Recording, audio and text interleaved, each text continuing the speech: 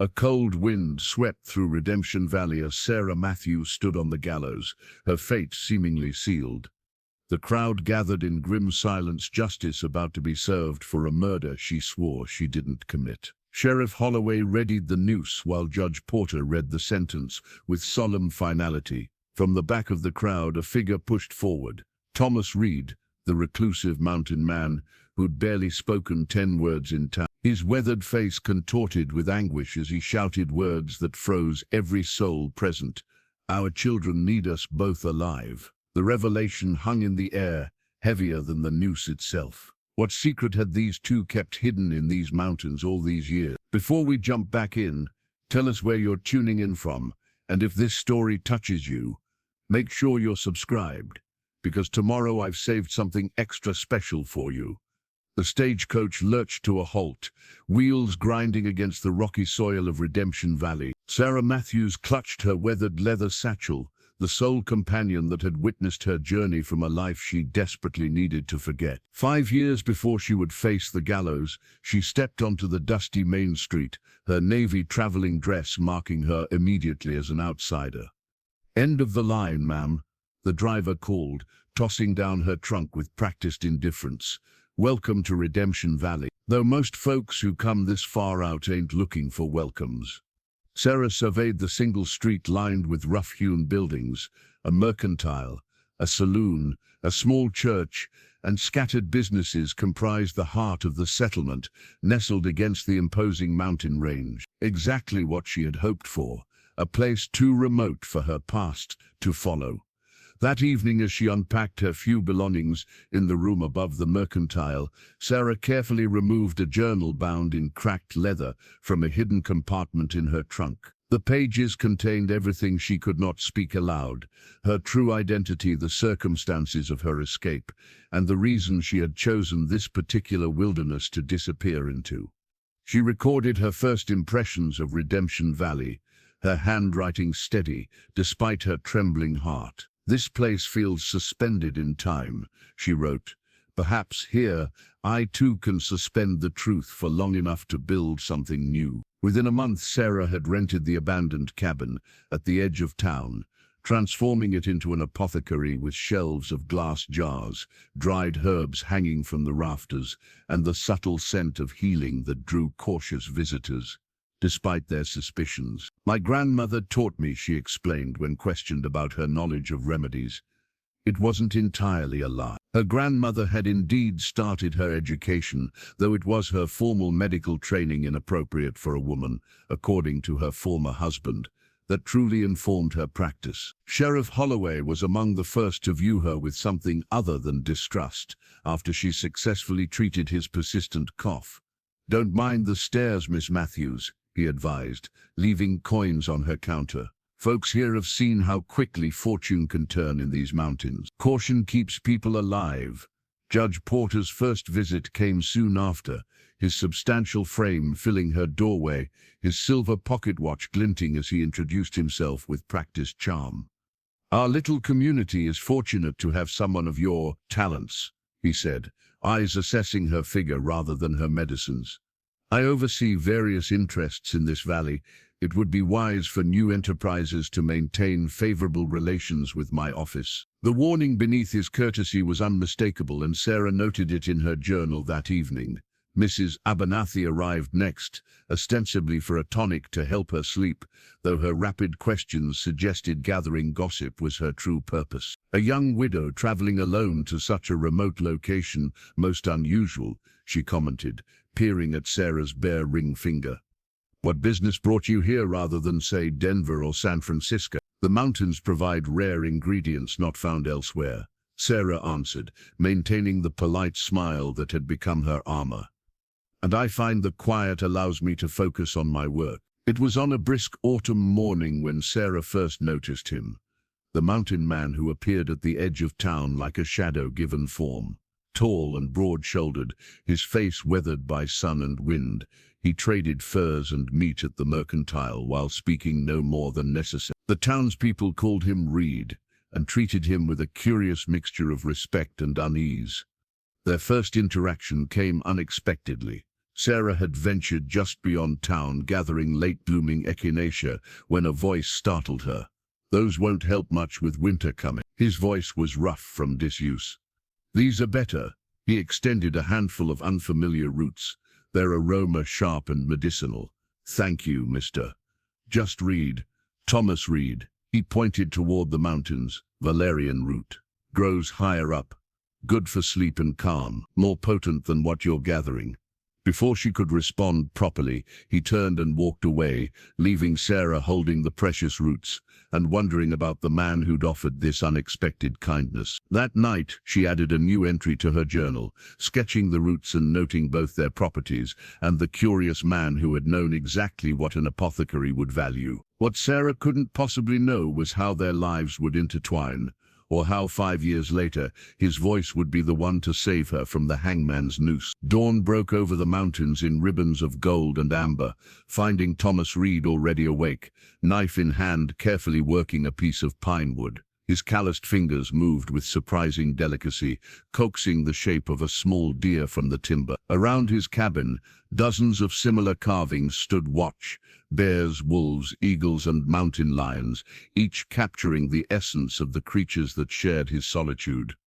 The cabin stood 3 hours' hard ride from Redemption Valley, constructed by Thomas's own hands 7 years earlier. One room with a stone fireplace, sturdy walls of stripped logs, and a porch facing east toward the sunrise. No photographs adorned the walls, no letters tied with ribbons spoke of connections to the world below. Only the wooden figurines offered any hint of the man who dwelled here. Thomas placed the half-finished deer beside a carving of a doe, his mind drifting to the apothecary woman.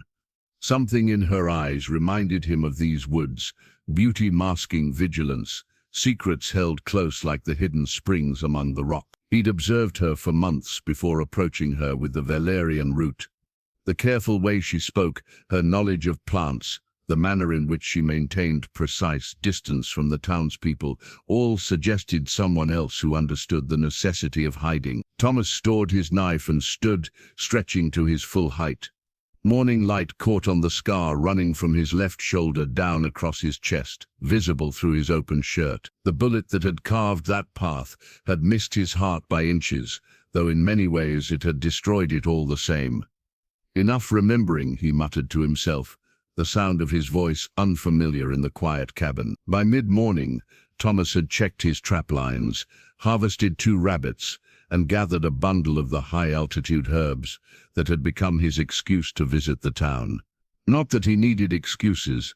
Nothing compelled him to return to Redemption Valley every few weeks. Nothing except perhaps the chance to glimpse the woman who, like him, seemed to carry the weight of another life. Before departing, he wrapped the wooden figurines in soft cloth, a bear, an eagle, and the unfinished deer. He'd trade the first 2 at the mercantile for supplies. The last was for a different purpose. The descent from his mountain sanctuary always stirred mixed emotions. As a boy in Boston, Thomas had been captivated by stories of mountain men and the untamed West. Yet nothing in those tales had prepared him for the reality of his life, a respected surgeon who had fled civilization with blood on his hands. The familiar weight of his medical bag rested at the bottom of his saddlebag, hidden beneath furs and dried meat. 7 years since he'd used those instruments as they were intended, though he maintained them meticulously, unable to abandon this last connection to Dr. Thomas Reed, the man he'd once. 3 hours later, Thomas guided his horse along the outskirts of town, avoiding the main street as was his custom. From this approach, he could observe the small cabin where Sarah Matthews had established her apothecary. Smoke rose from the chimney, and he glimpsed her through the window, grinding something with mortar and pestle, her movements precise and practiced. At the mercantile, transactions were conducted with minimal conversation. Thomas placed his furs on the counter alongside the carved bear and eagle. "Fine work as always, Reed," the shopkeeper commented, examining the figurines. "The judge was asking if you might make something special. Says he'd pay well." Thomas grunted noncommittally. Judge Porter's growing control over the valley troubled him, particularly the new mining operation encroaching on the eastern slopes. The mountainside already bore scars visible from his cabin, trees cleared, and earth gouged oak, flour, coffee, salt. Thomas listed his needs, ignoring the mention of the judge. Later, with supplies secured, Thomas lingered near the apothecary. Customers came and went, townspeople seeking remedies for various ailments. He waited until the stream of visitors ebbed before approaching, the small deer carving tucked into his pocket. He sensed her surprise when he entered, her eyes lifting from the herbs she was bundling. "Mr. Reed," she acknowledged with a nod. "Do you require something for your health?" Thomas placed a bundle of fresh herbs on her counter. "Alpine sorrel, for inflammation and fever."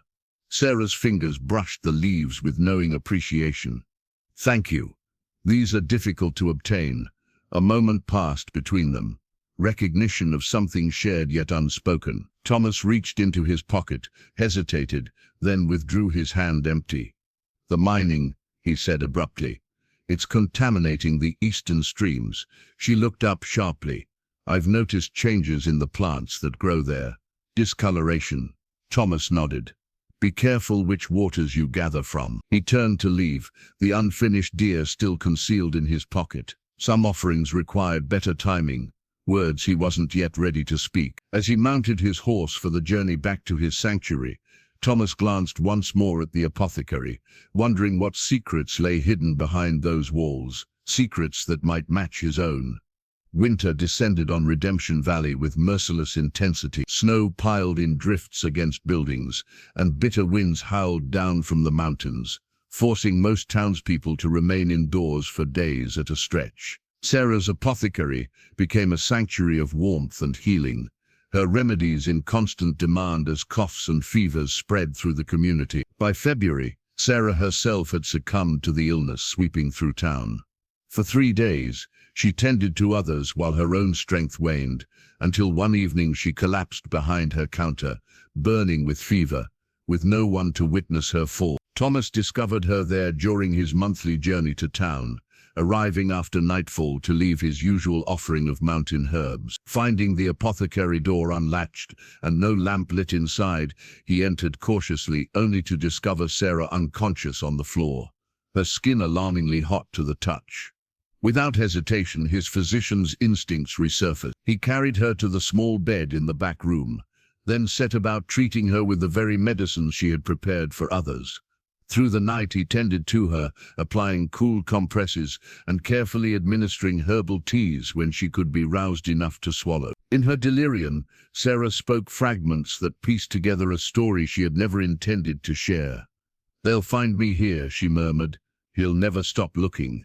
And later, more distressingly, "The children, keep them." Thomas listened in silence, each revelation confirming what he had suspected. Like him, Sarah Matthews was a person running from a past that threatened to destroy her. By morning, her fever had broken. Sarah woke to find Thomas Reed asleep in the chair beside her bed, his large frame awkwardly contained, his face in repose revealing a gentleness rarely seen in town. On her bedside table sat a glass vial containing a single pristine blossom, a rare snow lotus that bloomed only in the highest, most inaccessible mountain peaks. "You should have taken better care," Thomas said gruffly when he noticed her awake, offering water without meeting her eyes. "The town needs its healer." "Thank you," Sarah replied simply, her gaze falling on the delicate white flower. "I've read about these, but never." "Snow lotus," Thomas confirmed. "Powerful medicine. Grows in only one valley I know of, near the summit of Thunder Peak." Sarah's professional curiosity momentarily overcame her guarded nature. "The ancient texts claim it can strengthen the heart and prolong life." "It does," Thomas nodded. "Saved my life once, after I was wounded." It was the first personal detail he had ever volunteered, and Sarah recognized the significance. They regarded each other with new awareness, two healers, each hiding their knowledge and past for different reasons. Spring arrived late that year. As the snow receded, revealing the first green shoots emerging from the thawing earth, a tentative friendship formed between the mountain man and the apothecary woman. Thomas began to linger when delivering herbs, gradually speaking more than a few terse sentences. Sarah found herself looking forward to his visits, preparing questions about plants that might extend their conversations.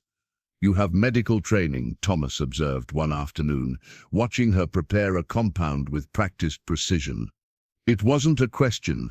Sarah hesitated, then nodded once. "As do you." Neither pressed for details, respecting the boundaries that kept their secrets safe.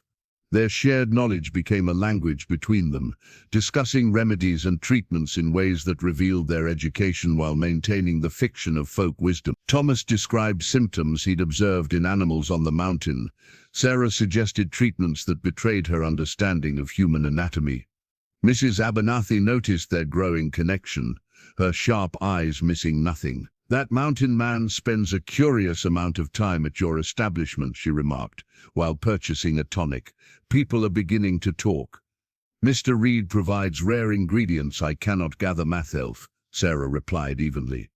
"Our relationship is strictly professional." But as spring yielded to early summer, their encounters extended beyond the apothecary walls. Thomas led Sarah to hidden meadows rich with medicinal plants, teaching her to navigate the lower mountain path. During these expeditions, their conversations deepened, though each carefully avoided specific details about their former lives. One clear June evening, as they returned from gathering herbs, Thomas stopped at the edge of town and, without explanation, handed Sarah a small wooden carving of a deer. Finally completed, its delicate features expressing a vulnerability at odds with his rugged appearance. "It's beautiful," Sarah whispered, recognizing the offering for what it was. Not just a gift, but a piece of himself few were privileged to see. Thomas nodded once and turned to leave, but Sarah caught his hand. In that brief touch, something irrevocable passed between them. A connection neither had sought, but both had come to need. Judge Elias Porter presided over Redemption Valley with the confidence of a man accustomed to having his will made manifest. Each morning he withdrew his silver pocket watch from his vest, checked the time with deliberate precision, and set about the business of shaping the town according to his vision. The timepiece, an ornate family heirloom passed down through 3 generations of Porters, had become synonymous with his authority. The distinctive click of its opening lid, silencing rooms full of men. "Gentlemen," Porter addressed the gathering of business owners in the town hall, his watch resting open on the table before him. "Progress waits for no man. The territorial governor has confirmed the railroad will extend within 20 miles of our valley by year's end." The announcement generated excited murmurs. For a remote settlement like Redemption Valley, proximity to the railroad meant economic opportunity, growth, and connection to the wider world. "I've taken the liberty," Porter continued, "of establishing the Porter Mining Company to capitalize on this development. Our mountains contain copper and silver deposits that will make this valley prosperous beyond imagination." Sheriff Holloway stood at the back of the room, his weathered face impassive. Unlike most of the town, he remembered Redemption Valley before Porter's arrival 10 years ago. A smaller, simpler place where disputes were settled through community rather than courtroom. "The Eastern Slope operations will expand immediately," Porter announced. "We've secured additional investment based on our initial findings."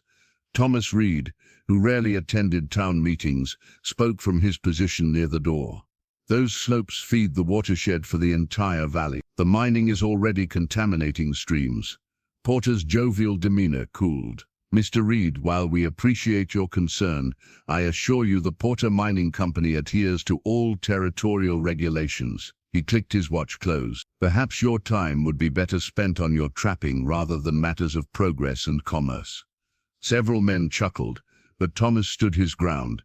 "I've seen what's happening to the water. Animals are avoiding certain streams. Plants along the banks are dying." Anecdotal observations Porter dismissed, versus the assessment of professional mining engineers. He turned to address the wider room. "The expansion will create 50 new jobs immediately. Construction of worker housing begins next week." As the meeting concluded, Sarah Matthews waited outside, having been excluded as both a woman and a relatively new arrival. Thomas emerged and briefly recounted the discussion. "He's determined to expand regardless of the consequences," he concluded, Sheriff Holloway overheard as he exited. Judge Porter has brought prosperity to this valley, he reminded them, though his tone lacked conviction. The law supports his right to develop the land, and when the law conflicts with what's right, Sarah asked quietly. Holloway's gaze flickered to her, then away. In my experience, Miss Matthews, those who question established authority often find themselves in difficult positions. The warning was clear, but Sarah had drawn Judge Porter's attention.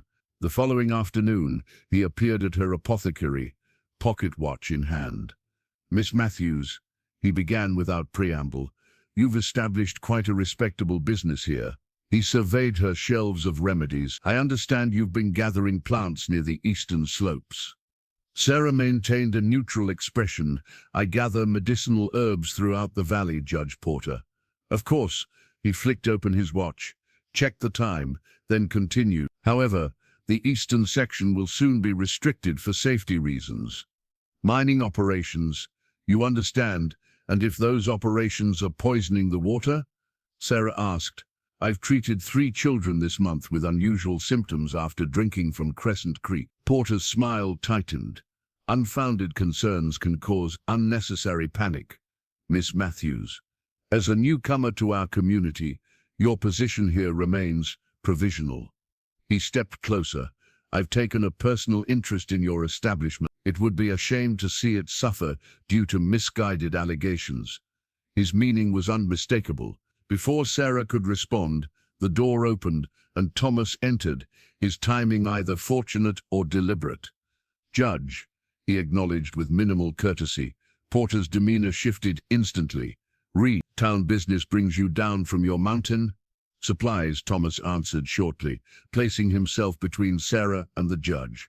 Porter closed his watch with a definitive snap. I'll leave you to your transaction, Miss Matthews. Consider our discussion. To Thomas he added, the council is reviewing trapping territories. You might find your usual grounds reclassified soon. After he departed, Sarah released a breath she hadn't realized she was holding. He's threatening both of us now. Thomas nodded grimly. Porter doesn't issue idle warnings. He controls the town council, the sheriff, even the territorial representative. What can we do? Sarah asked. For now, be cautious. Thomas lowered his voice. I've been documenting the changes in the waterways. If we gather enough evidence. Evidence only matters when those judging it are impartial. Sarah interrupted.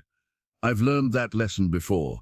Their eyes met in silent understanding. Both had fled systems of power that had failed them, only to find themselves facing similar injustice in this remote haven. Outside the window they watched Judge Porter cross the street, pausing to check his pocket watch in the afternoon sun, its golden gleam a reminder of the wealth and influence he wielded over their fragile new lives. Follow this exactly, Thomas instructed, handing Sarah a carefully drawn map on a scrap of deerskin. The crude but precise rendering showed a hidden trail branching from the main path up the eastern slope, winding through a series of landmarks only a trained eye would recognize. A lightning-struck pine, a distinctive boulder formation, a narrow passage between twin cliffs. This leads to a place Porter's men haven't discovered, he explained. A valley hidden from below. The stream there remains pure. Sarah studied the map with careful attention. When? Dawn. 3 days from now, I'll wait at the Split Oak until first light. They had begun to communicate in this careful, abbreviated manner. Public encounters brief and seemingly casual, their true intentions concealed beneath mundane exchanges about herbs and weather. Judge Porter's scrutiny had intensified since the town meeting, with one of Sheriff Holloway's deputies frequently finding reason to patrol past Sarah's apothecary. 3 days later, before the sun had crested the mountains, Sarah slipped out of town carrying a basket as if gathering early morning herbs. At the Split Oak, Thomas waited with 2 horses. You ride? He asked, offering her the reins of the smaller mare. Sarah took them with practiced ease. My father believed all his children should, regardless of gender. It scandalized my mother. Thomas noted this rare personal detail without comment, though something in his expression softened. They rode in companionable silence as dawn painted the eastern sky, following the hidden trail marked on Thomas's map. The path grew steep and treacherous, in places requiring them to dismount and lead the horses between narrow passages. "Few know these mountains as you do," Sarah observed, watching him navigate with confidence where no trail was visible to her eye. 7 years of solitude leaves time for exploration," he replied. Then, after a hesitation, "And before that I traveled extensively. Different terrain, but the principles of navigation remain the same." They crested a ridge, and Thomas halted. "Close your eyes," he instructed. Sarah raised an eyebrow but complied. He led her forward several paces. "Now look." She opened her eyes to witness a hidden paradise. A verdant valley stretched before them, sheltered by towering cliffs that concealed it from the world below. A crystalline stream wound through meadows ablaze with wildflowers, columbine, lupine, and Indian paintbrush, creating a tapestry of purple, blue, and scarlet. At the far end, a small waterfall cascaded into a clear pool. "It's extraordinary," Sarah breathed. "How did you find this place?" "I was tracking a wounded elk 5 winters ago," Thomas explained. "Followed it through a blizzard, became disoriented, found the passage by accident, and sheltered here until the storm passed." His usually stoic expression brightened. "Even in deep winter, the hot springs keep part of the valley from freezing." They descended into the hidden sanctuary, tethering the horses near the stream. Thomas led her to a flat rock beside the pool where he had already prepared a small encampment, a fire pit, supply cache, and lean-to shelter. "I come here when the solitude of my cabin becomes too complete," he admitted. They spent the day gathering rare medicinal plants that thrived in the valley's protected microclimate. As the sun reached its zenith, they sat beside the pool sharing a simple meal of jerky hard bread and early berries. "I was a surgeon," Thomas, suddenly breaking a long silence, "in Boston. Respected, successful." Sarah looked up, recognizing the significance of this voluntary revelation. "What happened?" she asked softly. Thomas stared into the water. "I killed a man." Before she could respond, he added, "Not as a surgeon. That I could have lived with. We lose patience despite our best efforts. This was," he faltered, "my wife." He was a prominent man.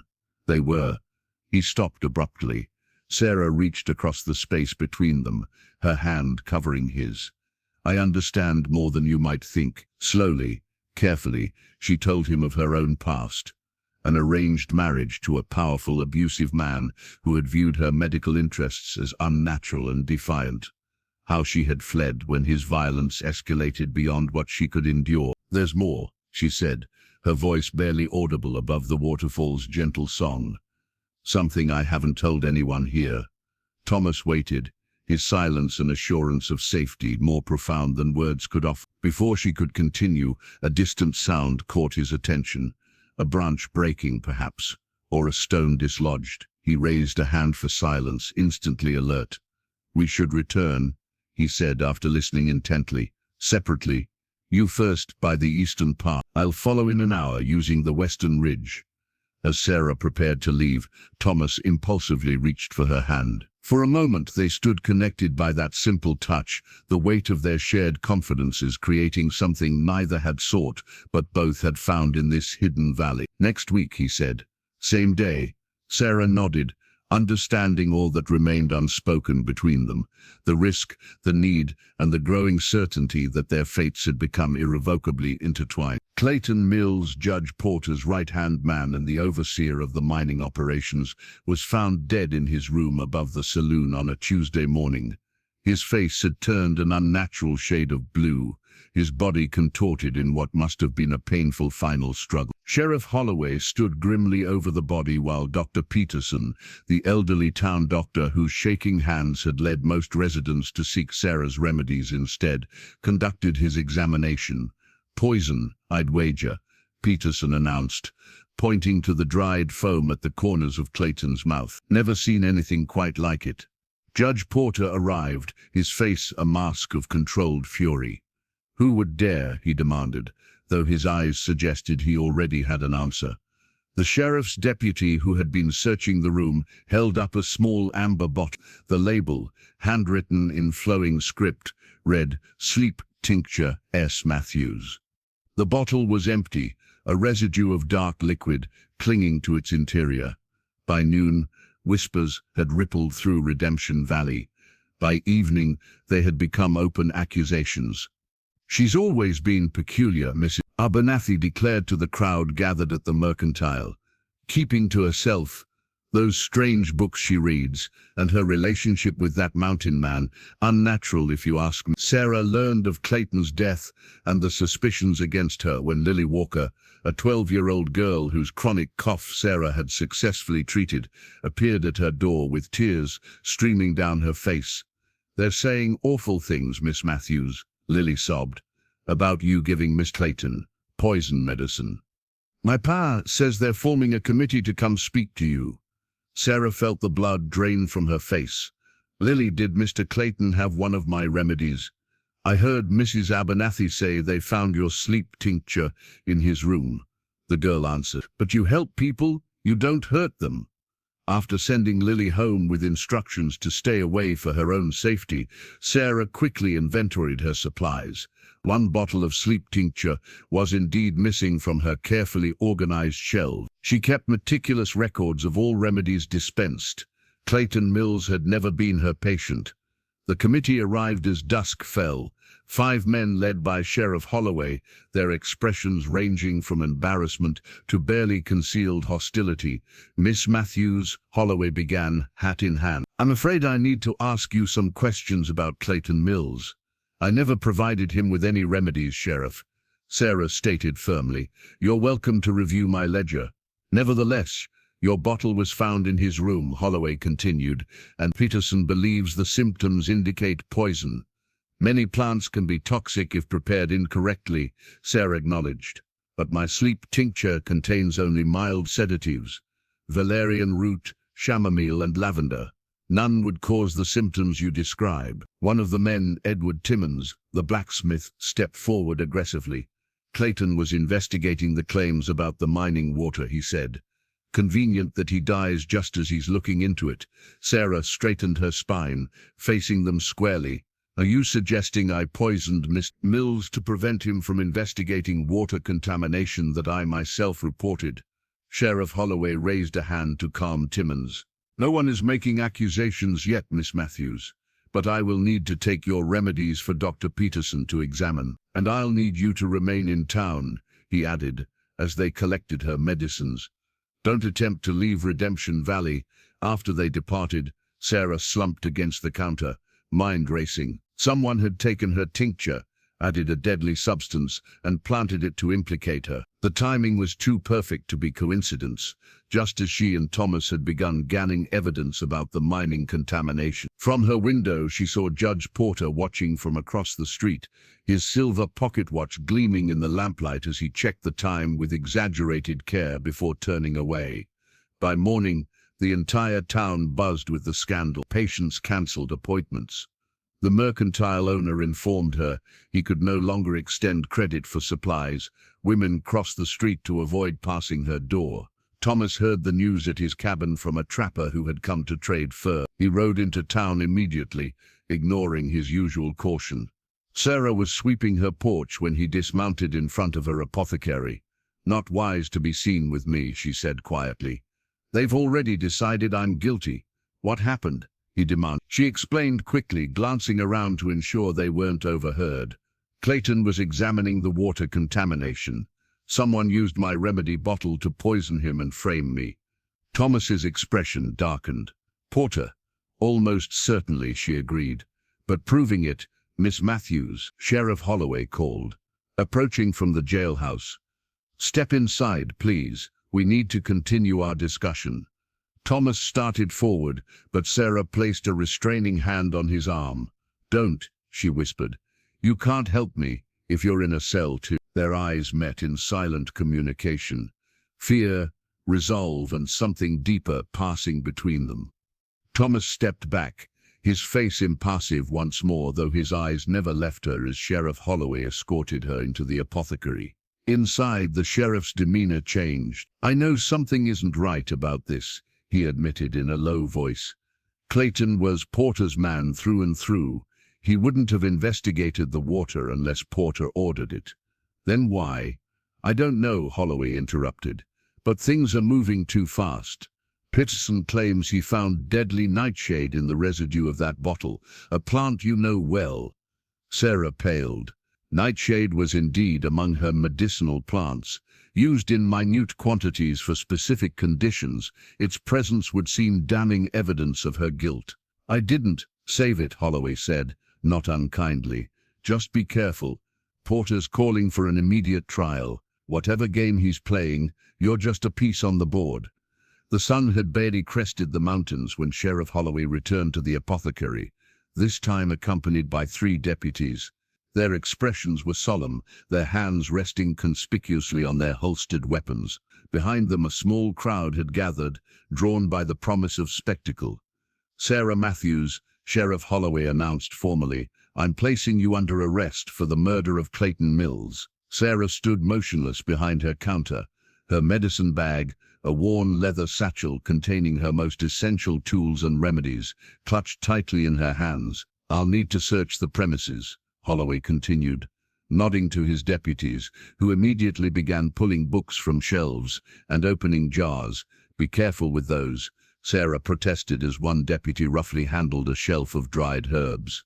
"Some can be harmful if mixed incorrectly, like the nightshade you used to kill Clayton." The deputy sneered, deliberately knocking a jar to the floor where it shattered. Sheriff Holloway shot him a warning glance. "That's enough, Wilson." To Sarah, he said more quietly, "Best cooperate, Miss Matthews. Judge Porter has the town riled up." The search intensified as the deputies tore through her living quarters behind the shop. They upended her mattress, dumped out drawers, and rifled through her personal belongings, with little regard for privacy or property. "Sheriff," called one of the men, "found something." He emerged from the back room holding a small wooden box containing various dried plants, each wrapped in paper with Sarah's neat handwriting, identifying them. "Deadly nightshade," he announced, holding up one package. "Just like Peterson found in the bottle. I use minute amounts in specific preparations," Sarah explained, keeping her voice steady despite her racing heart. "Any apothecary or doctor would have similar ingredients." "Save it for the judge," Wilson muttered. Sheriff Holloway gestured to Sarah's medicine bag. "I'll need to take that as well." She clutched it tighter. "These are my tools, my livelihood." "Evidence now," he replied, not unkindly. "Hand it over." With reluctance, Sarah surrendered the bag, watching as Holloway examined its contents. Mortar and pestle, measuring scales, scissors, small glass vials, and packets of her most commonly used remedies. Unknown to the deputies, the bag contained a hidden compartment sewn into its lining, a precaution Sarah had taken years ago when first fleeing her former life. Inside lay documents that would reveal her true identity, along with a small portrait and the only evidence of her most closely guarded secret. From the doorway, Mrs. Abernathy's voice rang out. "I told everyone she was dangerous, coming here with her strange ways, corrupting our town." Several onlookers murmured in agreement. Sheriff Holloway secured Sarah's wrists with iron handcuffs. "Sarah Matthews, you're charged with the willful murder of Clayton Mills by means of poison. You'll be held in the town jail until your trial." As they led her out, Sarah caught sight of Thomas at the edge of the gathering crowd, his face a mask of controlled fury. Their eyes met briefly. She gave an almost imperceptible shake of her head, warning him against intervention. The walk to the jailhouse became a public spectacle. Women pulled children close as Sarah passed. Men who had sought her remedies just days before now stared with hostile suspicion. Only Lily Walker, the young girl Sarah had treated, waved timidly from behind her mother's skirts. Sarah noted Judge Porter, watching from the steps of the town hall, satisfaction evident in his expression. Beside him stood Dr. Peterson, who had once complained bitterly about her stealing his patients with her folk remedies. The town jail consisted of just 3 cells in a small stone building beside the sheriff's office.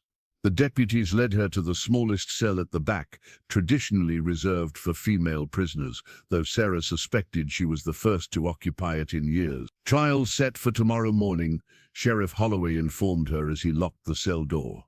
Judge Porter's presiding. That's hardly enough time to prepare a defense, Sarah protested. Porter's orders, says the town needs swift justice to feel safe. Holloway hesitated. Miss Matthews, if there's anything that might help your case, any evidence, any witnesses, now's the time to speak up. Sarah considered mentioning Thomas, their discoveries about the water contamination, her suspicions about Porter's involvement. Bringing Thomas into this would only endanger him, and without proof, accusations against someone as powerful as Judge Porter would only make her situation worse. I'm innocent, she said simply. That should be enough in a just system. Holloway's expression suggested he knew better. I'll bring you some food shortly, he said, turning to leave. As his footsteps receded, Sarah sank onto the narrow cot, the gravity of her situation settling over her. Through the small barred window she could see a corner of her apothecary across the street. A deputy remained posted outside, preventing anyone from entering. Sarah closed her eyes, her thoughts turning to the medicine bag, now sitting in the sheriff's office. If they discovered the hidden compartment, her secrets would be exposed, and if that happened, the murder charge might become the least of her worries. As dusk fell, she heard a child's voice outside her window. Miss Matthews? Lily Walker whispered, I can't stay, but the mountain man said to tell you he'll find a way. Before Sarah could respond, Lily had vanished, leaving her with a fragile thread of hope in the growing darkness. Night settled over Redemption Valley, bringing no peace to the small jailhouse where Sarah sat on the edge of her cot, listening to the muted sounds of the town. The last deputy had left an hour earlier, leaving only Sheriff Holloway in the front office. His occasional cough and the scratch of his pen, the only indicators of his presence. Sarah ran her fingers along the rough stone wall of her cell, feeling the etchings left by previous occupants. Names, dates, crude drawings, a hidden record of those who had sat where she now sat, waiting for judgment. In the faint moonlight, filtering through the barred window, she could make out words scratched into the wall, innocent but condemned, and God have mercy where men have none. The sound of the front door opening jolted her to attention. Judge Porter's voice, low but distinct, carried to her cell. Everything in order for tomorrow, Sheriff? Yes, sir, Holloway responded. Though I still think we're moving awfully fast. Swift justice is the hallmark of a civilized community, Porter replied smoothly. The evidence is clear. Her bottle, her poison, her motive. What motive exactly? Holloway asked, a note of challenge in his tone. A pause then. Clayton discovered she's not who she claims to be. Sarah froze, her breath catching in her throat. What do you mean? The sheriff asked. I've received information suggesting Sarah Matthews is a fabricated identity. Clayton was looking into her background before his untimely demise. Their voices lowered, forcing Sarah to strain to hear. The point is, Porter continued, we have a murder and a murderer. Your job is to ensure she reaches the gallows without incident. And if she's innocent, Holloway pressed, then I'm sure your investigation will reveal that, Porter replied, his tone making clear he expected no such outcome. I'll see you at 9 tomorrow. The front door closed, followed by silence. Then Sheriff Holloway appeared at her cell, his expression troubled. Is it true? He asked quietly. Are you using a false name? Sarah met his gaze steadily. Would it matter if I were? Many people come west to start over, Sheriff. Holloway considered this. Depends on what they're starting over from. He hesitated. Judge Porter seems mighty determined to see you hang.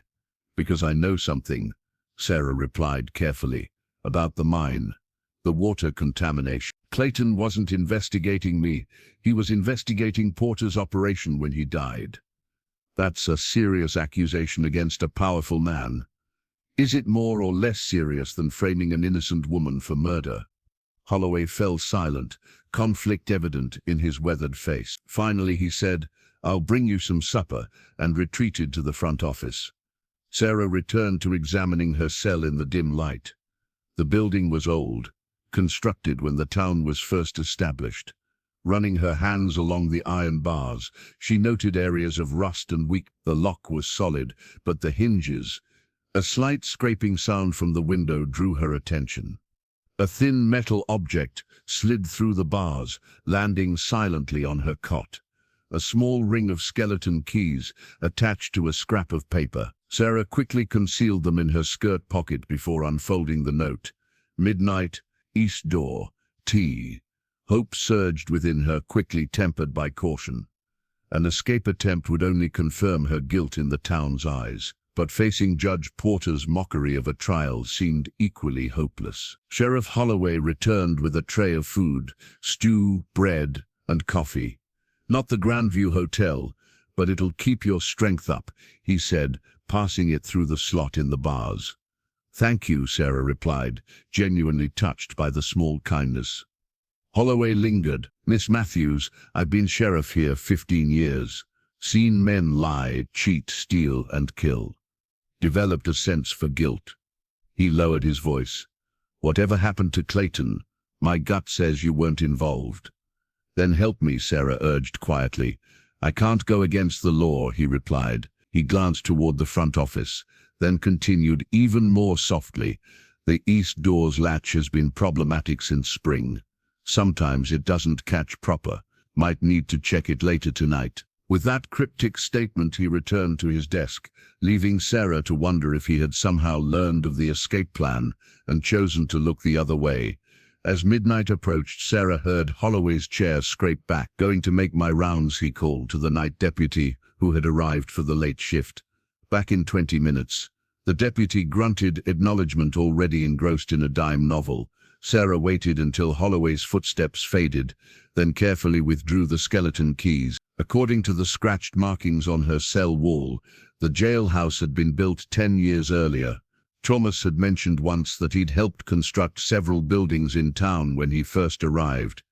Had he kept these keys all this time, somehow foreseeing they might be needed? The real question now was whether to use them.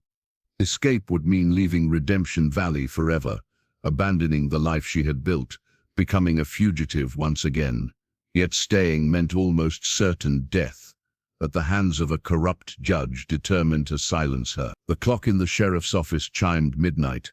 Sarah clutched the keys, a decision crystallizing in her mind. Sometimes survival itself was resistance enough. Outside, a shadow moved past her window, Thomas waiting by the east door. In the front office, the deputy turned a page of his novel, oblivious to the choice being made just feet away. Sarah slipped the first key into the lock. The town hall had been transformed overnight into a makeshift courtroom. Benches dragged from the church formed rows for spectators. A heavy oak table served as the judge's bench. At precisely 9 o'clock, Judge Porter entered wearing his formal black coat, carrying both his silver pocket watch and a worn leather Bible. Sarah stood at a small table, her wrists bound with iron cuffs, her face pale but composed. The skeleton keys remained hidden in her cabin unused. Despite Thomas's plan and Sheriff Holloway's apparent willingness to look the other way, she had chosen to face the trial rather than flee. Running would only confirm her guilt in the town's eyes. Staying offered at least a chance to expose the truth. "All rise," called Deputy Wilson, unnecessarily, as everyone was already standing, craning for a better view of the accused. Judge Porter placed the Bible on the table before him. "Be seated," he commanded, his voice carrying the weight of authority. "We gather today to determine the guilt of Sarah Matthews in the murder of Clayton Mills." Sarah scanned the room. Thomas was nowhere to be seen, a deliberate absence, she hoped, rather than a sign of trouble. Sheriff Holloway stood at the back, his expression inscrutable. "Miss Matthews, you stand accused of the willful poisoning of Clayton Mills using deadly nightshade administered in a tincture bearing your name. How do you plead?" "Not guilty, Your Honor," Sarah replied clearly. Porter nodded as if the response was expected, but irrelevant. As the accused has no legal representation, this court will proceed directly to evidence. Objection. Sarah spoke up. I've had no opportunity to secure representation or prepare a defense. Objection noted and overruled, Porter replied without hesitation. This is a territorial proceeding, not a federal court. We'll hear from Dr. Peterson first. The elderly doctor shuffled forward, placing his hand on the Bible to be sworn in. He detailed finding nightshade in the residue of the bottle from Clayton's room, describing in excessive detail the agonizing death such poison would cause. And in your professional opinion, Porter prompted, could anyone besides Miss Matthews have created this poison? Well, Peterson hesitated. Technically anyone with knowledge of plants could, but in Redemption Valley, Porter interrupted, who possesses such specialized knowledge? Only Miss Matthews, Peterson confirmed. Abernathy testified next, her testimony a mixture of facts and innuendo. She kept to herself, very secretive, and her relationship with that mountain man, meeting in secret, Clayton told me he was suspicious of her from the start. When Sarah's turn came to question witnesses, she focused on the facts. Dr. Peterson, did you find nightshade in my regular sleep tincture when you examined my supplies? Well, no, he admitted. The sampled bottles contained only what you claimed. Miss Abernathy, did you ever see me give anything to Mr. Mills or interact with him in any way? Not directly, the woman conceded reluctantly. But he was investigating you. Investigating what? Precisely, Sarah pressed. Before Mrs. Abernathy could answer, Porter intervened. The witness is not privy to confidential investigations. Move on, Miss Matthews. The pattern continued through 3 more witnesses, each offering damning but circumstantial evidence, each forced under Sarah's questioning to admit they had no direct knowledge connecting her to Clayton's death. The court calls Sheriff Holloway. Porter announced. Holloway approached slowly, placed his hand on the Bible and swore to tell the truth. Sheriff, please describe the evidence found in Miss Matthews' apothecary. We found nightshade among her supplies, Holloway stated, and her bottle in Clayton's room. And in your professional opinion, is this sufficient evidence of her guilt? Holloway hesitated, looking directly at Sarah. The evidence is circumstantial, Your Honor.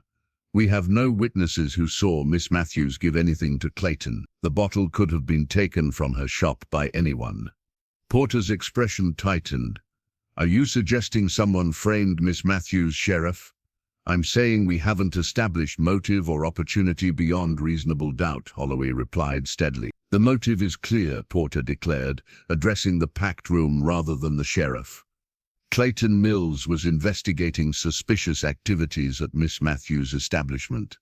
He discovered something that threatened her, and she silenced him permanently. What activities? Sarah demanded. What did he allegedly discover? Porter ignored her question. The jury will now deliberate. Jury? Sarah looked at the 12 men filing into a side room. All business owners dependent on Porter's goodwill, none who had ever used her services. This is a mockery of justice, she stated loudly enough for the entire room to hear. Clayton Mills was poisoned with contaminated water from Judge Porter's mine, the very contamination he was investigating before his death. A murmur ran through the crowd. The accused will refrain from slanderous accusations, Porter snapped, banging his fist on the table. It's not slander if it's true, Sarah countered. Test the water yourself from the Eastern Stream. The same symptoms that killed Clayton are appearing in children who drink from it. Porter's face darkened. Remove the accused until the jury returns. Deputy Wilson gripped Sarah's arm, leading her outside to wait. Through the window she could see the jury room door already opening. Mere minutes of deliberation completed. Sheriff Holloway joined her on the steps. You should have used those keys, he said quietly, and confirm my guilt. Sarah shook her head. There's still a chance the truth will prevail. Holloway's expression suggested he knew better. Porter owns this town, Miss Matthews, including that jury. Then I'll face whatever comes with a clear conscience, she replied. The deputy reappeared at the door. They're ready. Sarah squared her shoulders and walked back into the crowded room, where 12 men avoided her gaze and Judge Porter prepared to announce the inevitable verdict that would send her to the gallows. The foreman's voice barely rose above a whisper. "Guilty, Your Honor." Judge Porter received the verdict with a solemn nod that failed to conceal the satisfaction in his eyes. "Sarah Matthews, you have been found guilty of the murder of Clayton Mills by a jury of your peers. The sentence for such a heinous crime can only be death by hanging, to be carried out at dawn 2 days hence." A collective gasp rippled through the crowded town hall. Even those convinced of Sarah's guilt seemed startled by the swiftness of the sentence. "This court is adjourned," Porter declared, rising from his makeshift bench. Sheriff Holloway approached to escort Sarah back to jail. As they walked through the parting crowd, faces that had once looked to her for healing now regarded her with fear and condemnation. "You're making a terrible mistake," Sarah told the onlookers, her voice steady despite her racing heart. "Clayton Mills was poisoned by the same contaminated water that's making your children sick." "Silence her," Porter commanded from behind them. Deputy Wilson roughly placed a hand over Sarah's mouth as they hurried her out of the town hall and across the street to the jailhouse. Back in her cell, Sarah sank onto the narrow cot, the reality of her situation crashing over her like a physical weight. 2 days. Just 2 days to live, unless she could somehow prove her innocence or escape, both prospects seeming increasingly impossible. An hour later, the youngest deputy, James Cooper, barely 20, brought her dinner. Unlike the others, his face showed uncertainty rather than condemnation. "I brought extra bread," he said quietly, sliding the tray through the bars. "And clean water." Sarah studied him, recognizing the compassion in his youthful features. "Thank you, Deputy Cooper." He hesitated, glancing toward the empty front office. "Miss Matthews, my little sister had that cough last winter. None of Dr. Peterson's medicines helped, but your syrup cured her in 3 days." He lowered his voice further. "I don't believe you killed anyone." Sarah moved closer to the bars. "Deputy Cooper, I need to ask a favor." Weariness immediately replaced his sympathy. "I can't help you escape, ma'am." "Not escape," she assured him. "There's something in my apothecary, something personal I'd like to have with me at the end." She reached beneath her collar and withdrew a small gold locket, suspended on a thin chain. Opening it revealed 2 tiny portraits of young children, a boy and a girl perhaps 4 years old, with familiar features. Cooper stared at the portraits, then at Sarah, understanding dawning in his eyes. "Those are, please," Sarah interrupted. "No one else can know, but I need to write something for them, to explain why I—" Her voice faltered. The young deputy's Adam's apple bobbed as he swallowed hard. "What do you need?" "In my sleeping quarters beneath the loose floorboard under the bed. There's a wooden box. Could you bring it to me? And paper, ink, a pen." Cooper hesitated, conflict evident on his open face. "I'll try," he finally whispered. "After dark, when Wilson's gone." "Thank you," Sarah replied, quickly concealing the locket as footsteps approached. Sheriff Holloway entered, his expression grave. "Porter's ordered construction of the gallows to begin immediately," he informed her. "I'm sorry, Miss Matthews." From the window of her cell, Sarah could hear the sound of hammering in the town square as men worked through the afternoon. Each strike of the mallet seemed to torch down the remaining hours of her life. As dusk settled over Redemption Valley, Judge Porter appeared at the jailhouse, dismissing the deputies to speak privately with Sheriff Holloway. Though they moved to the front office, their voices carried to Sarah's cell, everything proceeding according to schedule. Porter inquired. "Yes, sir," Holloway replied flatly. "Gallows will be ready by morning, though we won't need them until the following dawn." "Excellent. I've composed a statement for the territorial newspaper.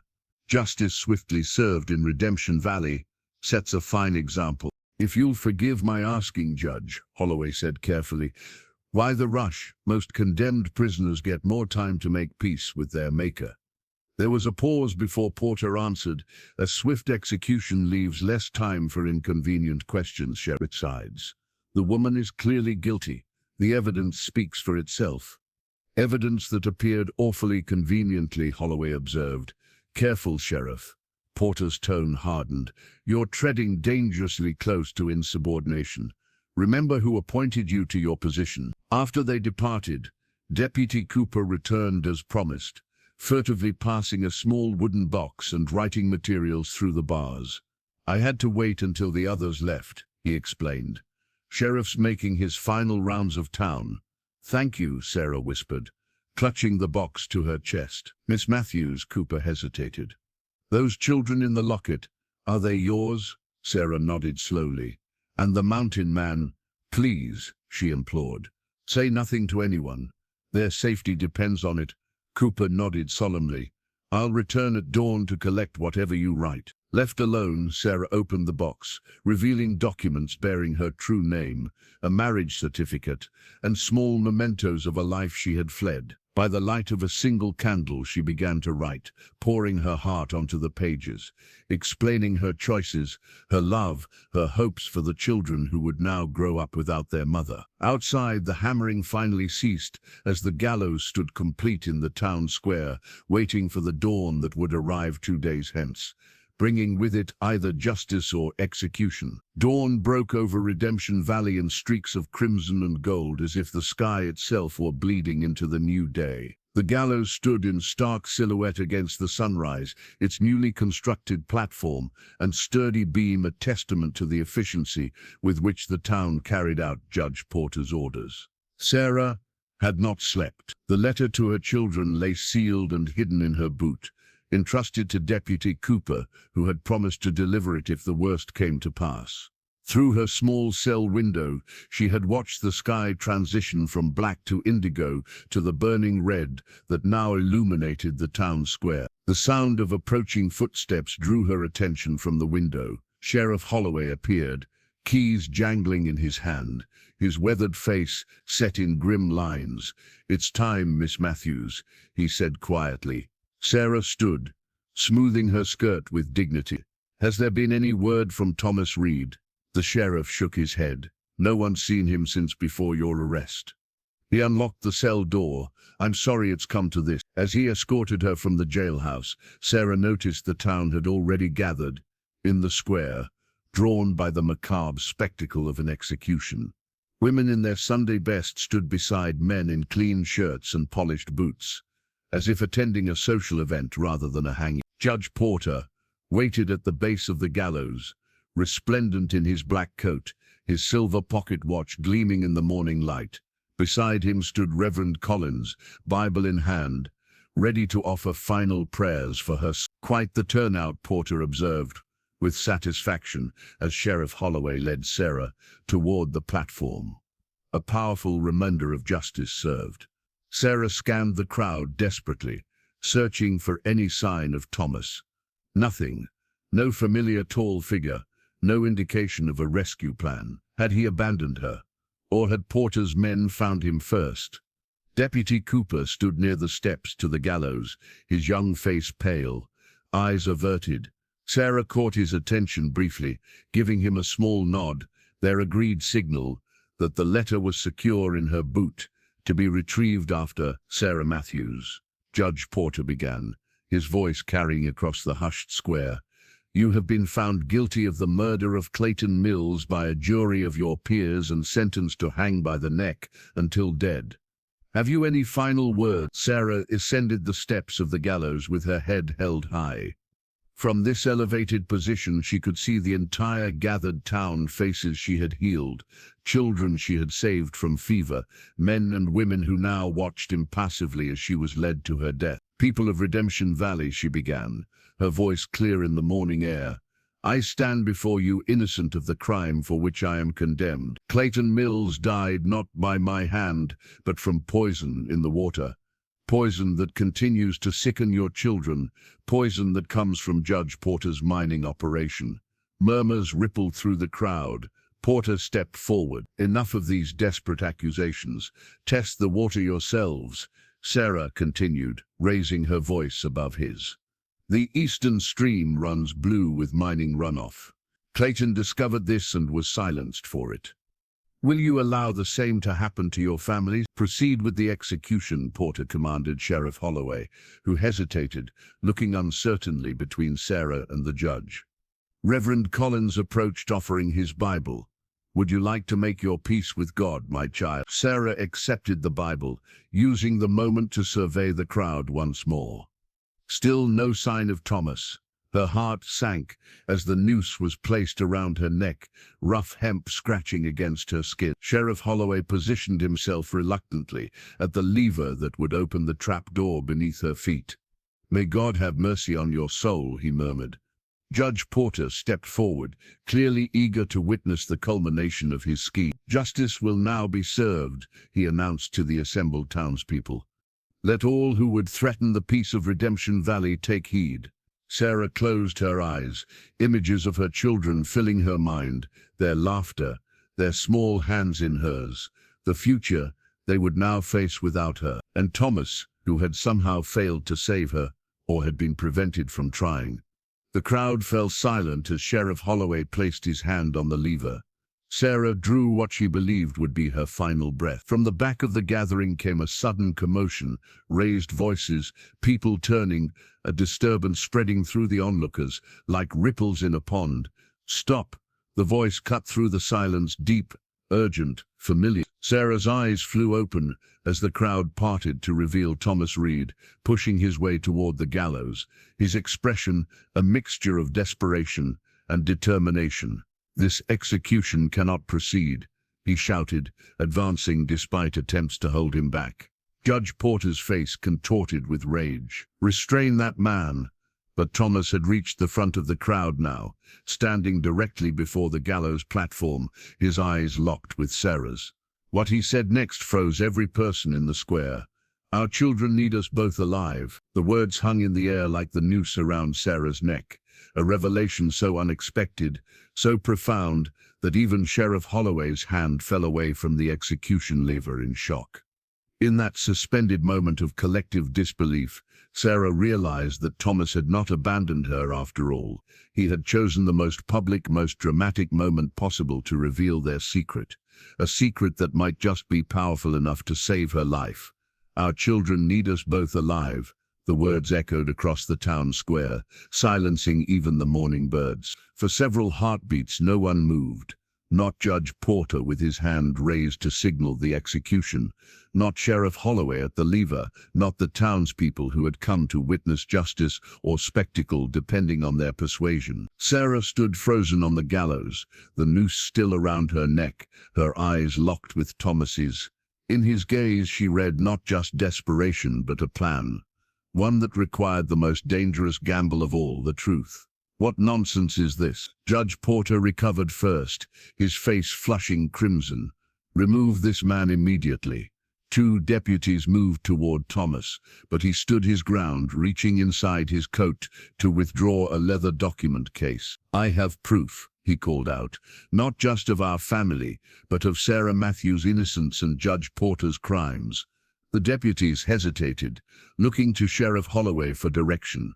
Let him speak, Holloway commanded, stepping away from the execution lever. Everyone deserves to be heard before a life is taken. This is outrageous. Porter spluttered. The trial is concluded, the verdict rendered, but the crowd's attention had shifted entirely to Thomas Reed, the reclusive mountain man now commanding the moment with unexpected authority. My name, he announced, in a voice that carried across the square, is not simply Thomas Reed.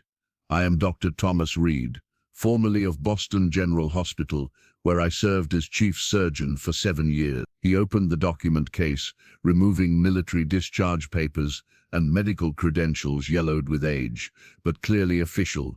These papers prove my identity and qualification. Murmurs spread through the crowd as Thomas handed the documents to Sheriff Holloway, who examined them with careful attention. They appear authentic, the sheriff confirmed reluctantly. I examined Clayton Mills's body before your Dr. Peterson, Thomas continued. The symptoms were consistent, not with nightshade poisoning, but with heavy metal toxicity, specifically the copper and arsenic that leach into the eastern watershed from Judge Porter's mining operation. Preposterous, Porter shouted, but uncertainty had begun to ripple through the crowd. Clayton came to me 3 days before his death. Thomas pressed on, showing symptoms of poisoning and carrying water samples from the mine runoff. He suspected the truth about the contamination and planned to send telegrams to the territorial authorities. Sarah watched from the gallows as the tide began to turn, faces in the crowd showing confusion, then concern. "And what of this absurd claim about children?" Porter demanded, trying to regain control of the situation. "Another desperate lie to delay justice." Thomas's expression softened as he looked up at Sarah. "Not a lie. Sarah and I have twin children, a boy and girl, 5 years old, hidden in Carson City for their protection." "Deputy Cooper," Thomas called, "you've seen the evidence." All eyes turned to the young deputy, who stepped forward reluctantly. "Miss Matthews has a locket," he confirmed, his voice barely audible, "with portraits of 2 children. They have her eyes and Mr. Reed's features." "This is absurd." Porter's voice had risen nearly to a shout. "What reason would they have to hide these supposed children?" "Because Sarah was fleeing an abusive husband, a powerful man who vowed to find her and the children," Thomas explained. "And I was hiding from my own past after killing the man who destroyed my first marriage." He turned to face the crowd directly. "We found each other here, both seeking new beginnings. When we discovered the truth about each other, we decided to keep our children hidden until we could be certain of their safety." Mrs. Abernathy pushed forward through the crowd. "If these children exist, where are they now? Convenient that they're too far away to verify." "Not anymore," came a new voice from the edge of the square. The crowd parted to reveal Deputy Cooper's younger sister Lily leading 2 small children by the hand, a boy and girl, clearly twins, with Sarah's delicate features and Thomas's determined expression. Behind them stood a middle-aged woman whom several recognized as Thomas's occasional housekeeper. "I rode out 3 days ago to bring them home," Thomas explained. "Mrs. Winters has been caring for them in Carson City while we established ourselves here. We were finally preparing to bring them to Redemption Valley when Clayton was killed and Sarah arrested."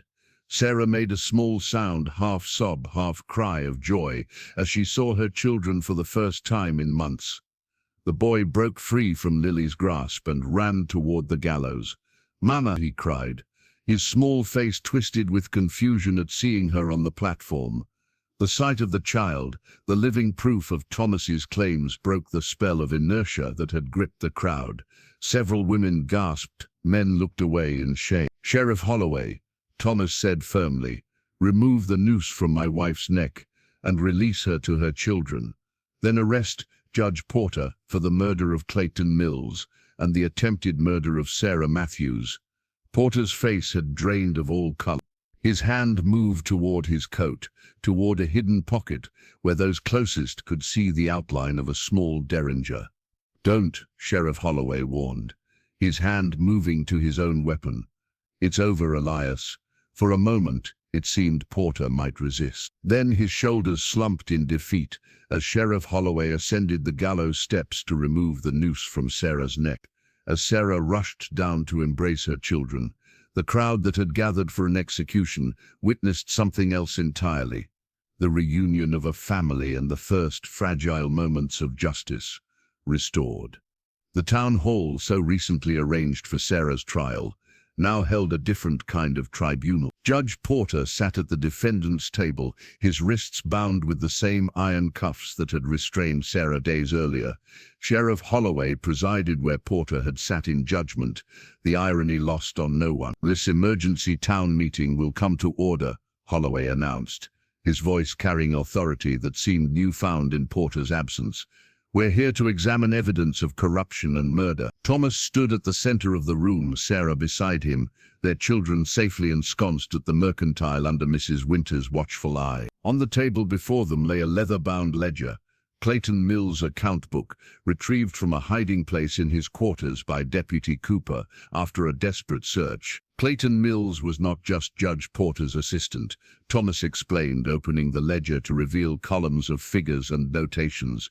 He was Porter Mining Company's accountant, responsible for tracking expenses, profits, and other matters. He turned to specific pages marked with small tabs. These entries from 3 months ago show Porter's decision to ignore safety recommendations that would have prevented the water contamination. The engineer warned explicitly about copper and arsenic leaching into the watershed. Sarah stepped forward. The symptoms I've been treating in town, particularly among children, match precisely with low-level arsenic poisoning. Headaches, stomach distress, weakness, unusual rashes. Murmurs rippled through the gathered townspeople as parents exchanged worried glances. Porter chose to ignore these warnings, Thomas continued, because implementing proper containment would have delayed the mine expansion and reduced profits by 20%. He pointed to Porter's initial approval on a document rejecting the safety measures. That's business, not murder, Porter interjected, his composure partially recovered. Regrettable, perhaps, but hardly criminal. Sheriff Holloway leaned forward. Keep talking, Reed.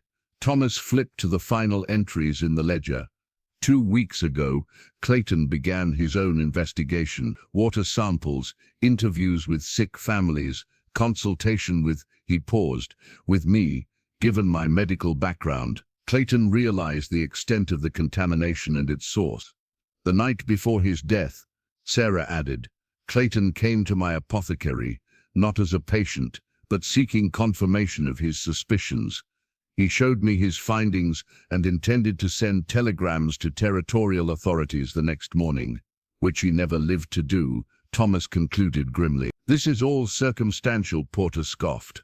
You have no proof I had anything to do with Mill's death. Thomas exchanged a glance with Sheriff Holloway, who nodded almost imperceptibly. Clayton didn't trust you, Thomas said to Porter. He made duplicate records. From his coat, he withdrew several folded pages. These detail your private meeting the night before his death, where he confronted you with his findings. Porter's face drained of color. More importantly, Thomas continued, Clayton believed you might try to silence him. He left this with me for safekeeping. He unfolded a final document, a handwritten letter in Clayton's distinctive script. His sworn statement that if he died under suspicious circumstances, Judge Elias Porter should be held responsible.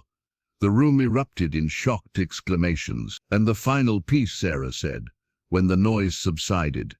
The poison that killed Clayton wasn't my herbal tincture.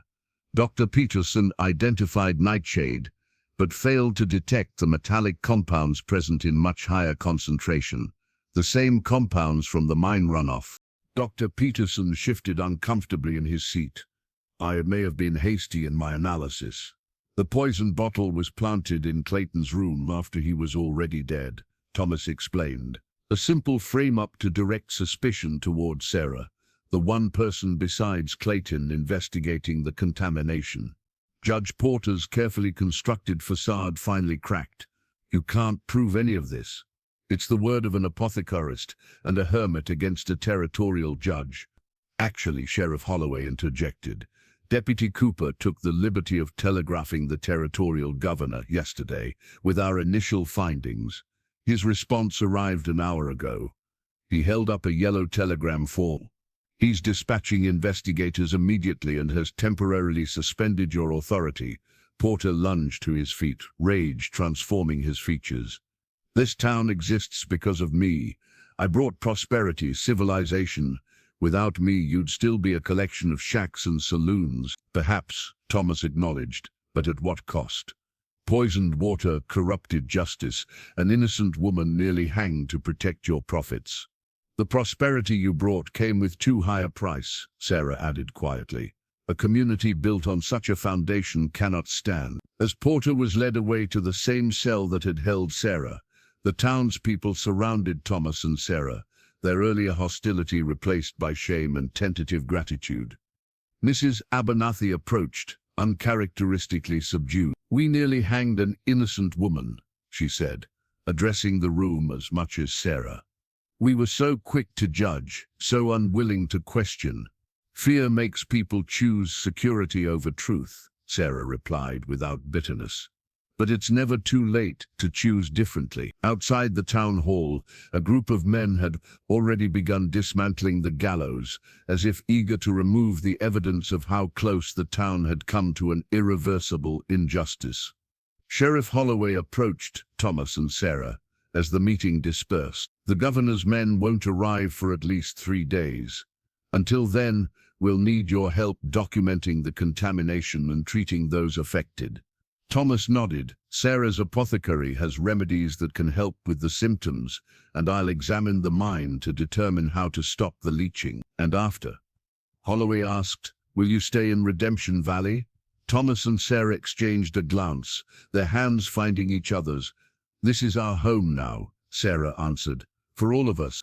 As they stepped into the sunlight, their children ran to meet them, no longer hidden, no longer separate, a family finally whole in the full light of day. Night settled over Redemption Valley, bringing an uneasy calm. The gallows had been dismantled, its lumber stacked neatly behind the town hall, a reminder of how close justice had come to miscarriage. In the jailhouse, Judge Porter sat alone in the cell that had so recently held Sarah, his fall from power as swift as it had been complete. Sheriff Holloway checked the cell one final time before retiring for the night. Deputy Wilson will be on duty until morning, he informed Porter. The territorial investigators should arrive within 2 days. Porter looked up from the cot, his earlier rage replaced by an unsettling composure. You've served me loyally for years, Holloway. Surely you don't believe these absurd accusations? The evidence speaks for itself, Holloway replied, though something in Porter's calm demeanor raised the hairs on his neck. Evidence can be interpreted many ways, Porter mused, as can loyalty. Holloway locked the front door of the jailhouse and crossed the street at the saloon, where Thomas and Sarah were meeting with townspeople to discuss the contamination. No one noticed Deputy Wilson quietly entering the jailhouse's side door moments later. Inside the crowded saloon, Sarah was explaining the symptoms of arsenic poisoning to concerned parents, while Thomas sketched a map of the affected watershed. The contamination's concentrated in the eastern stream, Thomas explained, but it's spreading farther downstream each month. Children are more vulnerable due to their size and developing systems. Can it be treated? Asked the blacksmith, who had been among Sarah's accusers just days before. We can treat the symptoms, Sarah answered, but the real solution is stopping the contamination at its source. Thomas nodded. Tomorrow I'll examine the mine operation and determine what measures must be taken immediately. Sheriff Holloway entered the saloon, moving directly to Thomas and Sarah. Porter's too calm, he said quietly. Something doesn't feel right. Before Thomas could respond, a commotion erupted outside. The saloon doors burst open as Lily Walker rushed in, her young face flushed with panic. The jail, she gasped. Judge Porter, he's got a gun. The saloon emptied in seconds as townspeople poured into the street. There, illuminated by the silver light of a rising moon, stood Judge Porter on the jailhouse steps, one arm wrapped around Deputy Cooper's neck, the other holding a small derringer pressed against the young man's temple. Nobody move, Porter shouted, his voice carrying across the suddenly silent street. I'll kill him without hesitation. Sheriff Holloway drew his weapon. How did you get out, Elias? Deputy Wilson proved more loyal than you, Porter replied with a cold smile. He's saddling horses for us as we speak. Thomas stepped forward cautiously. There's nowhere to run, Porter. The territorial authorities have been notified. There's always somewhere for a man with money, Porter countered, but I'll need insurance for my journey. His gaze fixed on Sarah. You, the apothecary. Step forward. Sarah hesitated, feeling Thomas tense beside her. Now, Porter pressed the derringer harder against Cooper's head, causing the young deputy to wince. Or the boy dies first, then I start on others. Don't, Thomas whispered, gripping Sarah's arm. I have to, she replied softly. He'll kill Cooper. With deliberate calm, she stepped into the open space between the saloon and the jailhouse. Wise choice, Porter nodded. Come here. Slowly. Sarah advanced one careful step at a time, her eyes never leaving Porter's. Behind her, she could sense Thomas and Sheriff Holloway moving into position, but Porter's derringer remained steady against Cooper's head. "That's far enough," Porter commanded when Sarah was halfway across the street. "Now, everyone will clear a path to the livery stable. The woman comes with us as insurance until we're safely away." "And then what?" Thomas challenged. "You'll release them both unharmed? We know you for what you are now, Porter." "You know nothing," Porter snarled, his composed facade cracking. "I built this town from nothing. Everything you see exists because of me. And this is how you repay my vision, my leadership? By holding a gun to a boy's head?" Sarah asked quietly, "Is this the justice you claim to represent?" Porter's eyes narrowed dangerously. "Justice? Justice is for those with power to define it. I had that power until you and your mountain man took it from me." As he spoke, Sarah took another step forward, drawing his attention fully to her. "The only power that matters is the truth," she said, her voice steady despite her racing heart. "And the truth is, you're finished in Redemption Valley." Porter's face twisted with rage. "Then so are you." He shoved Deputy Cooper aside and aimed the derringer directly at Sarah's chest. Three things happened simultaneously. Thomas lunged forward with a desperate shout. Sheriff Holloway fired a warning shot into the air, and Deputy Cooper, recovering his balance, drove his shoulder into Porter's side. The derringer discharged with a sharp crack, its sound echoing between the buildings. Sarah staggered backward, her hand flying to her shoulder as a bloom of red appeared on her dress. Porter recovered quickly, shoving Cooper away and raising the derringer for a second shot, this time aimed at Thomas, who was racing towards Sarah. "Enough!" Holloway's voice cut through the chaos as he leveled his pistol at Porter. "Drop it, Elijah." For a moment, Porter seemed to consider his options, the small derringer still aimed at Thomas. Then a strange smile crossed his face. "You've already lost more than you know," he said cryptically, before suddenly swinging the weapon toward his own head.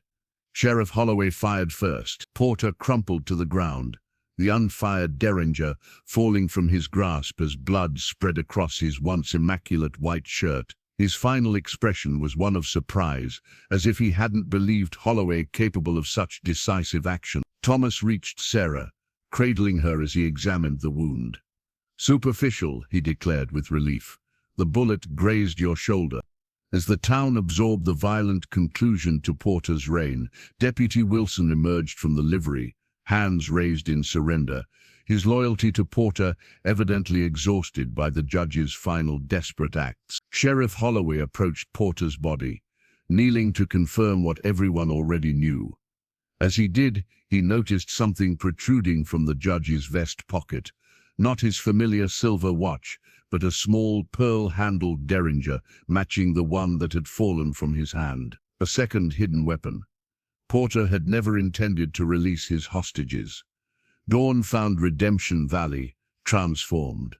The gallows that had awaited Sarah now lay in dismantled pieces, its lumber repurposed for repairs to the schoolhouse roof. Judge Porter's body had been placed in the undertaker's back room, awaiting the territorial investigator's arrival before burial. In the same jailhouse cell where Sarah had awaited execution, Deputy Wilson sat in sullen silence, facing charges of aiding Porter's escape. On the steps of the town hall, Sheriff Holloway stood before the gathered community, his badge held in his open palm. The silver star caught the morning light, a symbol of authority now weighted with new meaning. "I've worn this badge for 15 years, he began, his weathered face solemn. "In that time, I've tried to uphold the law as I understood it, but I failed to recognize when the law itself had been corrupted." Murmurs rippled through the crowd as Holloway continued. "I allowed an innocent woman to be condemned without questioning evidence that, in retrospect, was clearly manufactured. I put procedure above justice." He looked directly at Sarah, who stood with Thomas and their children at the front of the gathering. "For that, I cannot simply apologize. I must make amends." With deliberate ceremony, Holloway placed his badge on the top step. I hereby resign as sheriff of Redemption Valley, effective immediately." Protests erupted from the crowd. Despite recent events, Holloway was respected, his integrity never truly questioned even when following Porter's orders. "No," Sarah stepped forward, picking up the badge. "This isn't about punishment, Sheriff Holloway. It's about redemption for all of us." "She's right," Thomas added. "You were manipulated by Porter just as the rest of the town was. The difference is, when presented with the truth, you chose to stand for justice, even against your superior." Holloway looked uncertain. "I nearly hanged an innocent woman, and then you saved her," Thomas reminded him. "You fired the shot that prevented Porter from killing Sarah or anyone else. That's the man who should wear this badge." Sarah held the star out to Holloway. "We need to rebuild this town on a foundation of truth and genuine justice. We need someone who understands how easily those principles can be corrupted and who will guard against it happening again." After a moment's hesitation, Holloway accepted the badge, pinning it back on his vest to approving nods from the townspeople. "First order of business," he announced, his voice stronger. "The mining operation is suspended immediately, pending a complete environmental assessment. All families drawing water from the eastern watershed should use the town well until further notice." Thomas stepped forward. "I'll coordinate with Dr. Peterson to examine everyone showing symptoms of contamination, particularly children." He glanced at the elderly doctor. "If you're willing to work together." Peterson nodded, shamefaced. "I should have been more thorough in my examination of Clayton Mills. My professional jealousy clouded my judgment." "We've all made mistakes," Sarah acknowledged. "Now we must work to repair the damage." By midday, the town had reorganized around this new purpose. Men rode out to the mine to enforce its closure. Women organized a system for distributing clean water to outlying farms. Dr. Peterson and Thomas established a makeshift clinic in the town hall to examine affected residents. Sarah, her shoulder bandaged where Porter's bullet had grazed her, stood on the porch of her apothecary watching her children help Lily Walker carry water buckets to elderly neighbors. After months of hiding, seeing them openly in the sunlight still seemed miraculous. "They adapt quickly," Thomas observed, joining her after finishing the morning's examinations. "Children are remarkably resilient." "Unlike the rest of us," Sarah sighed wryly, touching her bandaged shoulder. Thomas's expression grew serious. "Are you certain about staying? We could start fresh elsewhere, somewhere without these painful memories." Sarah considered the town spread before them, the same buildings, the same streets where days earlier she had been marched to trial and nearly executed. Yet somehow it wasn't the same town at all. "This is our home now," she said finally, "not despite what happened, but because of it. Redemption Valley has lived up to its name, for all of us." Sheriff Holloway approached, touching his hat respectfully. "Telegram from the territorial capital," he reported. "Investigators will arrive tomorrow. They're bringing a water specialist to assess the contamination." "Thank you, Sheriff," Thomas acknowledged. Holloway hesitated. "There's something else. When we searched Porter's office, we found documents, property deeds, most, including one for your apothecary, Sarah. It seems Porter never actually transferred ownership to you. He kept it in his name, so I've been paying rent on a building I thought I owned," Sarah realized. "Not anymore." Holloway handed her a folded paper. "As acting mayor until elections can be held, I've processed a proper deed transfer. The building is yours now, free and clear." As Holloway departed, Thomas placed an arm gently around Sarah's uninjured shoulder. "It seems justice can be reversed after all." Sarah leaned into his embrace, watching their children laugh as they worked together in the street below. "Justice, yes," she agreed. "But more importantly, truth. The truth about Porter's corruption, about the water contamination." She looked up at Thomas. "About us. No more secrets," Thomas promised, his voice rough with emotion. "No more hiding," Sarah agreed, as their children raced up the steps to join them, a family standing together in the full light of day, no longer afraid of being seen. 1 month after Judge Porter's death, Redemption Valley had begun to heal. The territorial investigators had come and gone, leaving behind official reports confirming what the townspeople already knew. Porter had deliberately ignored safety warnings about the mine, leading to water contamination that had sickened residents and killed Clayton Mill. The mine remained closed, its future uncertain. Some of the miners had departed for more promising prospects elsewhere. Others stayed, finding work in the expanded lumber operation that Thomas had helped organize as an alternative industry. On the edge of town where the valley met the mountains, construction had just finished on a new building, a proper clinic, combining Thomas's surgical expertise and Sarah's herbal remedies. The territorial governor, impressed by the reports of Thomas Reed's credentials and Sarah's complementary knowledge, had expedited approval for the first official medical facility in the region. "It's perfect," Sarah said, standing with Thomas on the wide front porch of the newly completed structure. Before them lay a fresh deed, not just to the clinic building, but to 5 acres surrounding it, a wedding gift from the town council. "Room enough for the children to run," Thomas observed, watching as their twins explored the meadow behind the clinic, their laughter carrying on the summer breeze, "and close enough to town for patients, but with the mountains still in view." Sarah traced her finger over the deed's ornate lettering. "Dr. and Mrs. Thomas Reed," she read, still growing accustomed to using her married name openly after years of hiding. Their quiet ceremony 2 weeks earlier in the town church had been attended by nearly everyone in Redemption Valley, a communal celebration of new beginnings. Inside the clinic, they had created something unique, a marriage of conventional medicine and traditional remedies. Thomas's surgical instruments gleamed in glass cabinets alongside Sarah's carefully labeled herbal preparations. One room housed a modern examination table, another contained drying racks for medicinal plants. The clinic's first official patient had been Sheriff Holloway, seeking treatment for the chronic cough that had troubled him for years. Under their combined care, Thomas's diagnosis of early respiratory disease and Sarah's specially formulated herbal expectorant, he was breathing easier than he had in a decade. Word spread quickly. Within weeks, patients were arriving not just from Redemption Valley, but from surrounding settlements, drawn by reports of a doctor who combined the best of formal training with natural remedies that actually worked. Mrs. Abernathy, once Sarah's chief accuser, had become their most vocal advocate. "I was blind," she admitted, to anyone who would listen. "Too quick to judge what I didn't understand.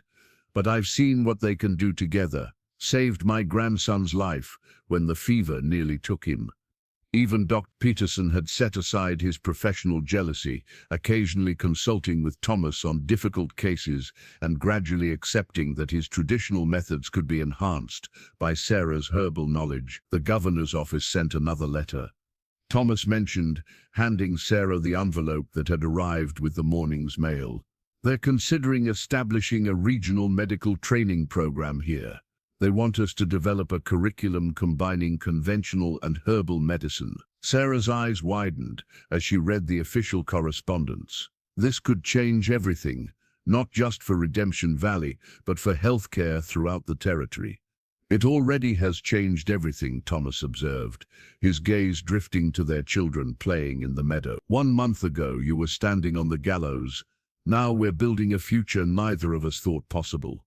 Sarah leaned against his shoulder, following his gaze. "Sometimes I still wake up afraid it's all a dream, that I'll find myself back in that cell, or worse, that the children are still hidden away, separated from us." "No more separation," Thomas promised, his arm tightening around her waist. "No more hiding." From the direction of town came the sound of approaching hoofbeats. Deputy Cooper appeared on horseback, waving as he spotted them on the porch. "Dr. Reed," he called. "Mrs. Reed, you're needed in town, but it's good news, I promise." They mounted the horses they now kept ready for medical emergencies, following Cooper back to the town square where a crowd had gathered around a newly arrived stagecoach. "The territorial governor sent them," Sheriff Holloway explained, as they dismounted. "Medical supplies, books, even a microscope, everything you requested for the clinic." As the townspeople helped unload the precious cargo, Sarah found herself standing beside Mrs. Winters, who had stayed on as caretaker for their children. "I never thanked you properly," Sarah said quietly, "for keeping them safe all those years." The older woman smiled. "Seeing you all together now is thanks enough.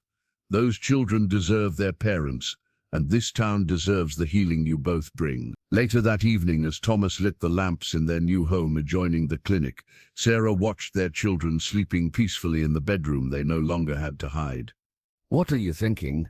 Thomas asked, noticing her contemplative expression. "That redemption isn't just the name of this valley," she replied.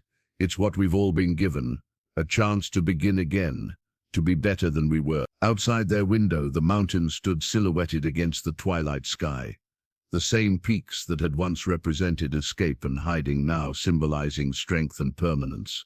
The foundation upon which they would build their future together. 5 years passed, seasons turning like pages in a book, each one adding another chapter to the story of Redemption Valley. The town had grown, its boundaries extending as new families arrived, drawn by reports of prosperity, clean water, and excellent medical care. Where the gallows once stood, a new schoolhouse now cast its shadow, built partly from the same timber, a transformation that seemed fitting to those who remembered darker days. Inside, Emma and Jacob Reed, now 10 years old, sat attentively among 24 other children as their teacher, Miss Lily Walker, conducted a geography lesson. "Redemption Valley appears on the newest territorial maps," she announced proudly, unrolling a large parchment for the class to see. "Right here, alongside the larger settlements." At the Reed Clinic on the edge of town, Sarah finished wrapping a bandage around the arm of a young miner, one of the workers from the reopened mine, now operating under strict safety regulations enforced by the territorial government. "Keep it clean and come back in 3 days," she instructed, handing him a small jar of salve. "Apply this morning and night." Thomas entered from the surgical room, wiping his hands on a towel. He had just completed a delicate procedure to remove embedded shrapnel from a logger's leg, the kind of operation that would have required a 3-day journey to Denver before the clinic existed. "Mr. Hendricks will keep his leg," he reported with satisfaction, "though he'll need to stay off it for a few weeks." Sarah nodded, making a note in her patient ledger. "I'll prepare the willow bark tincture for pain." Their partnership had become legendary throughout the territory. The surgeon with hands that could perform miracles, and the herbalist whose remedies sped healing beyond conventional expectations. Medical students now traveled to Redemption Valley for training, staying in the boarding house Miss Abernathy had opened specifically to accommodate them. "The photographer is coming at 4, Sarah reminded Thomas, as the last patient departed. "We shouldn't be late." The occasion was significant, the 5th anniversary of what the town now commemorated as Justice Day, marking the date of Sarah's near execution and the revelations that had transformed Redemption Valley. At the appointed hour, the Reed family gathered on the steps of the town hall. Thomas in a formal suit, Sarah in a blue dress that complemented her eyes. The twins scrubbed clean and fidgeting in their Sunday best. Sheriff Holloway stood beside them, his badge polished for the occasion, along with key members of the town council. "Everyone together," directed the photographer, adjusting his large camera. "This will be part of the territorial historical record." As the family posed, Sarah caught sight of the small brass plaque, newly installed beside the town hall entrance, in memory of Clayton Mills, whose courage revealed the truth. A simple tribute to the man whose death had nearly led to her own, yet ultimately had saved the community. "Hold very still," the photographer instructed, disappearing beneath his black cloth. The resulting portrait captured more than just their images. It documented a family that had emerged from secrecy into the light, a town that had faced its darkest impulses and chosen a better path, a community rebuilt on honesty rather than fear. That evening, as lanterns illuminated the town square for the anniversary celebration, Thomas and Sarah stood at the edge of the gathering, watching their children join the other youngsters in games and laughter. "I still think about that day sometimes," Sarah admitted quietly. "Standing on the gallows, seeing you push through the crowd." Thomas's hand found hers, squeezing gently. "I almost didn't make it in time. The horses went lame a day's ride out, I had to continue on foot with the children. But you did make it, she reminded him. You always said you would find a way. From across the square, Sheriff Holloway approached, looking distinctly uncomfortable in his formal attire. They're expecting a speech from both of you, he informed them. Being the guests of honor and all. Thomas glanced at Sarah, who nodded her readiness. Together they walked to the center of the square, where a platform had been erected. Ironically, in almost the exact spot where the gallows had once stood. As the crowd gathered around, Thomas looked out at the faces of neighbors and friends, patients and students. 5 years ago today, he began, this town stood at a crossroads between fear and truth, between vengeance and justice. Sarah continued, her voice carrying across the hushed gathering. What happened that day wasn't just about saving one life, but about saving the soul of Redemption Valley. As twilight deepened into dusk, the Reed family stood silhouetted against the last light of day, framed by the mountains that had once hidden their secrets. Behind them the town glowed with lanterns and promise. Before them stretched a future built on the foundations of truth, healing and the courage to stand against injustice, even at the very edge of the gallows.